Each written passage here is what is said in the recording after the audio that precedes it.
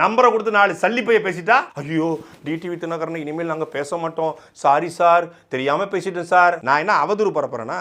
TTV Dinakaran மாதிரி ஊழல் செஞ்சு லஞ்சம் கொடுத்து ஜெயிலுக்கு போனடா. தமிழ்நாட்டு அரசியலே லஞ்சம் கொடுத்து திகாருக்கு ஜெயிலுக்கு போன ஒரே ஒருத்தர் டிடிவி தினகரன். லஞ்சம் கொடுத்து ஜெயிலுக்கு போல, ஆத்து மணலை கொள்ளையடிச்சிட்டான், கனிம வளத்தை கொள்ளையடிச்சிட்டான், ஃபாக்ஸ்கான்ல பெண்களுக்கு பாதிப்புன்னு சொல்லி மக்கள் போராட்டத்துக்காக போராடி ஜெயிலுக்கு போன நாங்க எங்க? லஞ்சம் கொடுத்து திகார் ஜெயில 1.5 மாசம் கழிதின டிடிவி தினகரனுங்க.